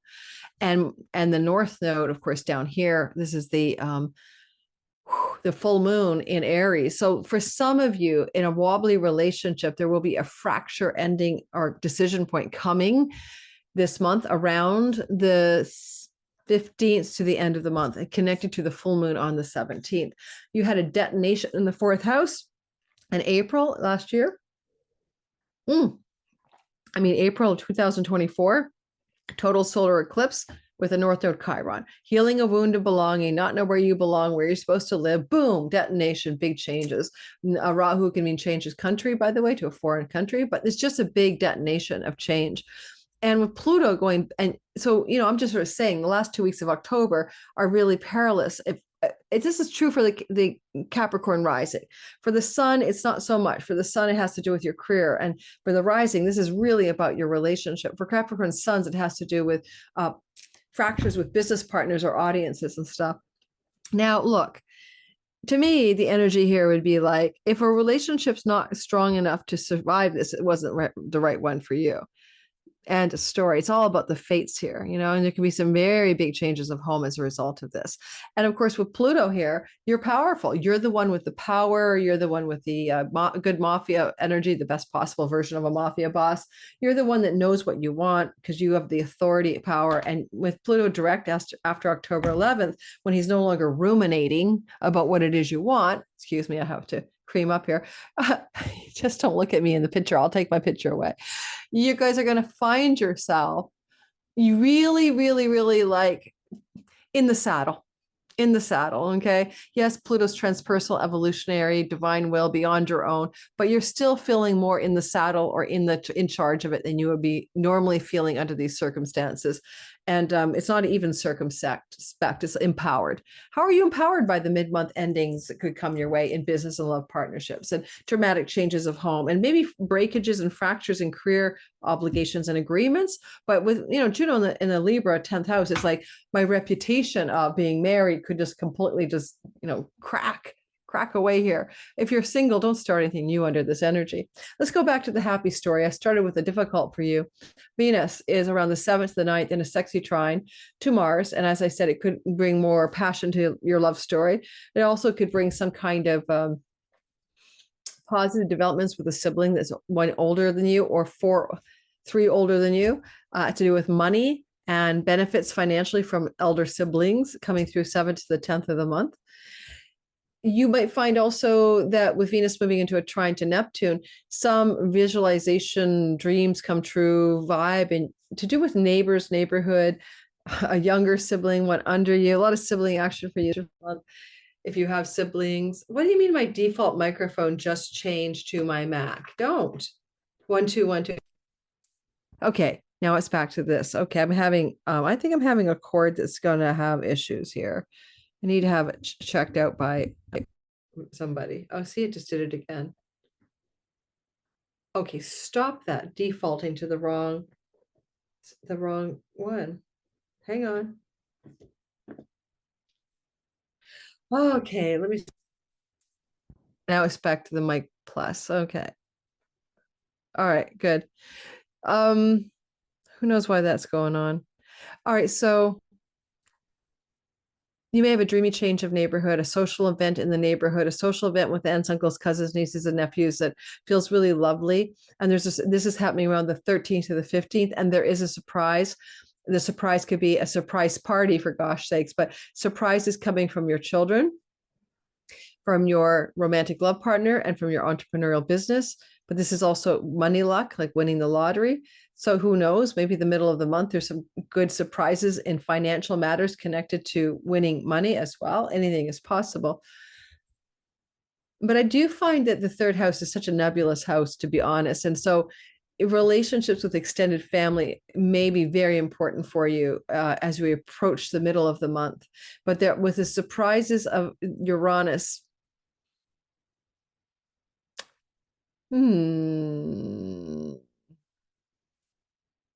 one could be a surprise that you're going to be a grandparent. Mercury rules the house of grandparenting and grandchildren. And he's with Venus, and Uranus is accidental or shocking or surprising fertility. It depends on how old you are, but be a little bit careful for accidentally getting pregnant under this transit in the middle of the month if it's not part of your plan. Okay, so keep that in mind as well. The other thing with Algol, it's a wealth star. Venus is in Scorpio in the sign of her detriment, but she's telling Uranus what to do. And one of the meanings of the 11th is kind of like windfalls, cosmic and karmic rewards, pennies from heaven. So you may have a bit of a financial windfall. Venus and Pluto are forming a wealth sextile together at the end of the month. So you may be in for some money sextile, financial fortune, and luck. And if I think about how that could show up for you, also, I might think that, yeah, the 3rd house is buy a local lottery ticket at the kiosk, basically. Just one, know your limit, play within it. All right, one of you, I'll try not to talk too much about me as an example, but as an Aquarius, I tend to think about me a lot, I guess. Aquarius, sun, moon, and rising sign. I'm a rising. Number one, sexy time going on. Venus in the house of your career and reputation flowing in a beautiful way. The 7th to the 10th with Mars in the work house. It's just a work career glow up. Things are going well. Your vision, you're liked by the office coworkers. Your public reputation is soaring. People are looking up to you. She is a fallen Venus. She'd rather be at home snuggling on the sofa, but she's still celebrity and positive and getting raises and promotions and awards and accolades for the work you do, whatever that you do in the world. Great idea to apply for a job under this if you're looking for work. A 7th to the 10th of the month. But also we will notice that she is going to form a trine to Neptune. So money dreams come true. Financial dreams come true. Work and money and dreams come true. Financial energies are playing out for you. The 7th to the 15th of the month. And Venus then also opposes mid-month, like the 13th, 14th, 15th, opposes Algol, a wealth star. Now, this could generate a sudden burst of financial wealth that's kind of dreamy and unbelievable for you. With Jupiter in the lottery wins house, why not? You could win a lottery sometime in the mid to end of October. What about this? So could you have money from legacy wealth, family of origin, someone in your childhood, someone from your family, line, suddenly delivering a jolt of money? You never know. It could happen. Never know. Venus is also going to say with Neptune, what are some of the things that you wish to fantasize or dream into being around your resources, your earnings, and your possessions, and that are realistic and that are lasting and that have legacy value? And she brings some sweet touches to those questions and answers around the 7th to the 15th of October. And for those of you who, when we move to the Mars story, the 17th of the month, there's a full moon in Aries here. It will square Mars here, and it will square the Sun and Juno here. So major changes, Mars, decisions and actions regarding the following themes are in play. One, you may dramatically make a change in your work environment, job and work environment, and may connect you to another country, another land, a foreign shore. You may have a desire to quit or end or break away from plans to travel or even contractual arrangements regarding matters to do with books, publishing, legal matters. Now, Mars isn't a square, it doesn't always cause endings, and he also causes momentum, decisions, and actions. So it would be a good actionable time to plan that trip, take that long distance trip, to make a move on having a pet. I love Uranus in the 4th, a sudden pet, like a stray shows up on your doorstep, a sudden, shocking, surprising, but positive. I only said positive because Venus is up at the top of the sky talking to Algol. Rental opportunity, a change in rental status, a surprise could come through the sky. But see, Mars is sextiling Uranus and Venus is directing him. So if rental agreements are changing or things to do with your work are changing, those are more or less good for you, right? And health can improve during this time, middle of October. And don't forget, you're constraining and restricting your diet with Saturn here and finding new ways to be healthy. And I always talk about, I'm on the AIP diet protocol for autoimmune disorders, and it's been amazing for me. Can't say enough about it. It's been like a game changer in the last month. I think you're going to find that with the big full moon here, where there was a detonation eclipse in April 8th, the total solar eclipse is the fulfillment of that eclipse, that if you want to change your neighborhood, you're going to change your neighborhood. Wounded with neighborhood, siblings, cousins, uncles, the local zone not really being right for you. Wounded around writing projects too, and communications projects. Anyway, boom, wounded by your social media online life. Yeah, trolls be gone. And boom, something blew through there like a detonation wind in April. And now the fulfillment, the apples on the tree are falling, the completion. You'll complete writing projects, you complete communications projects, you complete teaching projects, fulfill your mandates here. Fruitful harvest time is here.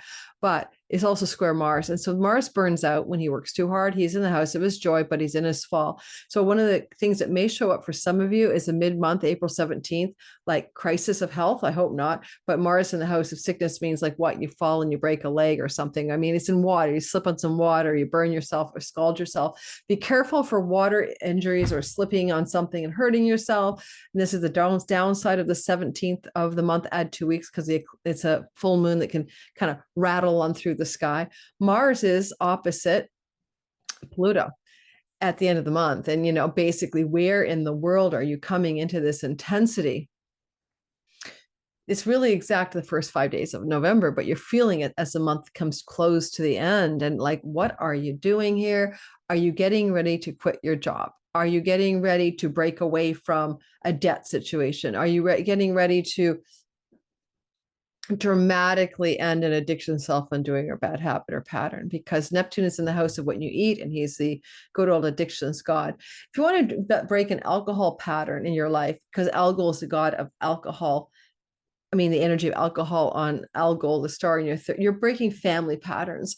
So a lot of you could make a massive like severing of an old pattern regarding alcohol use in your life. And it doesn't have to be so bad, just a use disorder, right? So those things can be changing too, especially off the full moon. And it'll take a couple of weeks to see the sort of the dust settle, the residue settle for that.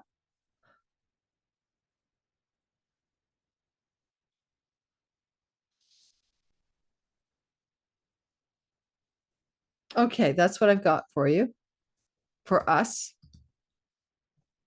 Pisces, sun, moon, and rising. Sexy time is here.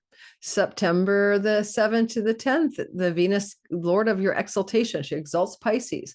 The Venus is going to be giving you some kind of sweet touch in the house of sexy romance. This is your sex life. Fifth house is your romantic life. This is your passion. And Mars is all geared up to swim through the waters of greater passion, flowing to Venus, the goddess of love and unity, in your ninth. A romantic getaway leisure trip with the one you love emerges beautifully 7th to the 10th of the month, especially abroad. Amazing situation improves for one of your children. One of your children has a grandchild announcement to give you. You're finding greater joy and pleasure in creativity that you outpicture in the ninth house, publications, books, podcasting.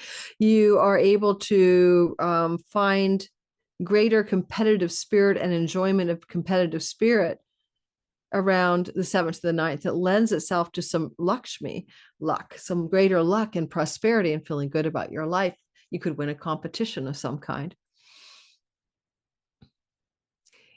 On the 13th to the 14th, Venus will begin to smooth it out with Neptune. Some kind of dreamy realization of a long-held goal from your past becomes available in the house of weddings and churches and religion and book publishing and grandchildren. Have you been looking for one of your children to provide a new grandchild? Who knows?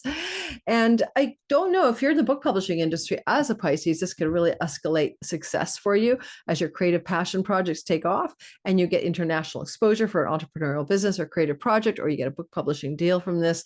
Those things are all likely to be something that could happen for some of you. Now, Algol is a star that she's opposite. And don't forget to get my 2024 October video for your sign. I keep forgetting to remind you guys of that. It's out and it's in my description box and it's pinned to the comments. Uranus is opposite Venus here. And there's a lot of intensity with Algol anytime something happens, but Venus is still benefic and she's telling him what to do in her sign. So there may be an unexpected surprise regarding the following themes: wealth and siblings, younger or older, sudden surprising shocks regarding learning or travel opportunities. We're talking about the 13th and 14th of the month or so, right? Kind of a breakthrough regarding a dream come true and things to do with neighbors, neighborhood, travel, learning, and teaching. Okay. Breakthrough energy for you. You get a teaching job, maybe. There is an eclipse that happened in April behind us on the 8th that happened in Aries. And it's coming back to haunt you in the money house. Because for some of you, food style, facial appearance, and earnings have been wounded since 2019, and financial resources. The full moon detonation, total solar eclipse, April the 8th, at 19 degrees of Aries was trying to blast through that problem of your second house to make karmic and destined change happen and expansion of financial matters as well. And now the full moon is continuing the story, taking it the next step, fulfilling that story. And the full moon in Aries on the 17th can open up a fulfillment of financial matters that have been wounded for you. However, we also see a square from Mars in the house of children, in the house of romantic love, entrepreneurial and creative projects. And there's some tension here between those places, and financial drain from a child would be a great example, and tension with a child who needs your money. And I don't mean the kindergarten child who wants an allowance. Obviously, it would be more like an adult child. All right, so that happens. And then also, because Mars is opposite Juno with the sun and the south node, there may be a need to break or fracture or end an agreement, Libra, a financial agreement, our obligation you've made to a child or to a romantic partner. And with Pluto here getting closer and closer as the month's ending arrives to an opposition to that very same Mars, and there's a kind of a grand cross in the sky here, middle of October, there may be a really, really profound break with a child or a romantic love partner. But also with Pluto in your 11th house, for the last story of Pluto here, if you've been going through things to do with the end of long-term goals and dreams, radical transformation of wishes and hopes, radical ups and downs and changes in your wealth from your career path, Mars is getting in on the mix, and the sibling one older than you, and you guys have had some really big death and rebirths in your relationship. As Mars comes to oppose Pluto, and we're feeling this energy mid-month to the end of the month, coming off of a full moon in your second house, you light up all the money houses, right? You're going to light up 2, 5, 8, and 11. So major crunchy crisis turning points on the 17th to the end of the month regarding matters to do with money. And complications can come with this as well. Like, do you need to almost like disavow a child just in order to like can't keep financing somebody really and make a break there? Could you get money any other way off of this? Sure, maybe, but Pluto is in the house of karmic cosmic rewards. He's going direct on October 11th. Direct motion Pluto could give you a little bit of a ka-ching, some kind of money from an elder sibling, some kind of financial riches from a kind of karmic reward of some kind. And Pluto flows to your Algol in the 3rd house. So some kind of financial abundance could come through siblings, aunts, uncles, cousins, nieces, and nephews in the second half of October. All right, even though you are stressed out about something to do with 5th house matters. Look, secrets and secret love affairs and secrets about sex and romance and committed love can blast open and really pry open any long-term existing love relationship in which those things have been hidden. And that be very much one of the things that could break away or through or whatever this sky, because Pluto is also those toxic secrets.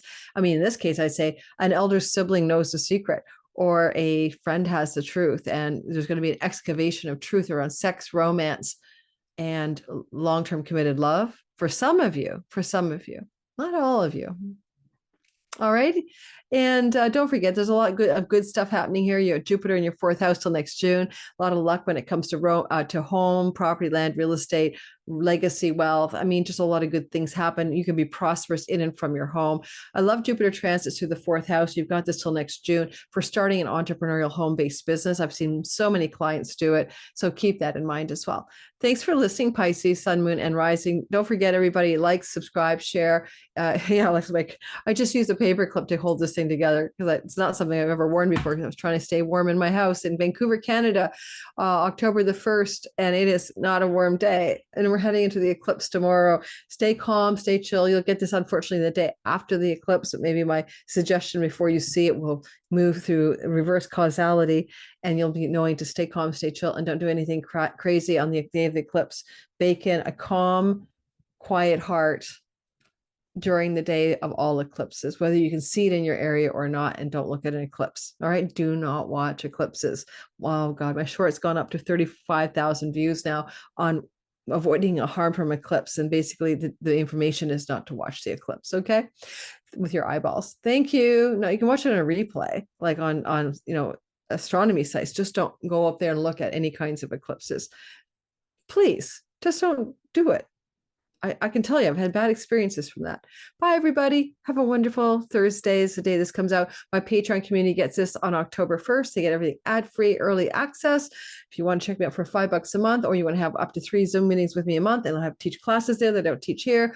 And I do a lot of free content there. Come over to my Patreon community and check it out. Ciao, ciao.